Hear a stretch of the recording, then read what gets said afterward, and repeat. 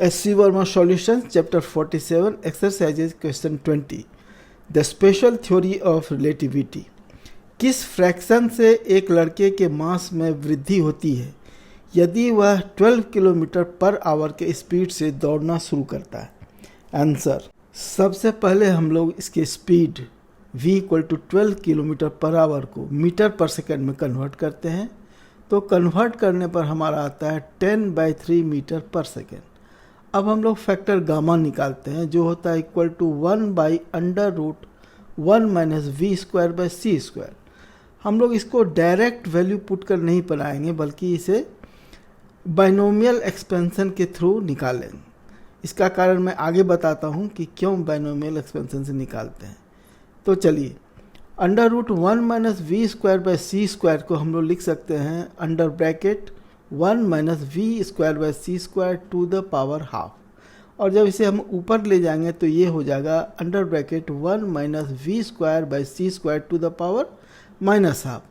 अब higher power को neglect करते हुए यदि बाइनोमियल एक्सपेंशन से हम इसे एक्सपेंड करें तो 1 प्लस nx के through 1 plus minus half into minus v²/c², तो हमारा हो जाएगा 1 प्लस हाफ v²/c²।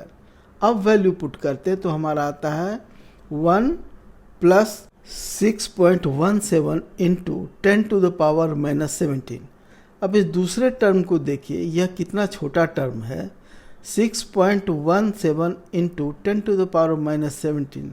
यह ऐसा इसलिए है कि 12 किलोमीटर पर आवर जो लड़के की स्पीड है या 10/3 मीटर पर सेकेंड, वह स्पीड ऑफ लाइट की तुलना में बहुत ही छोटा स्पीड है। इसीलिए 6.17 into 10 to the power minus 17 एक नेग्लिजिबल क्वांटिटी है। इसमें जो डिजिट शुरू होता है डेसिमल के बाद 16 जीरो के बाद डिजिट शुरू होता है, जो कि 1 की तुलना में बहुत ही नेग्लिजिबल है।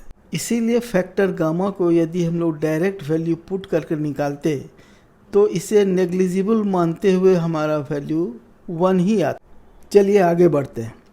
मान लें कि रेस्ट मास m0 है तो इसका रिलेटिविस्टिक मास m होगा m equal to m0 into factor gamma.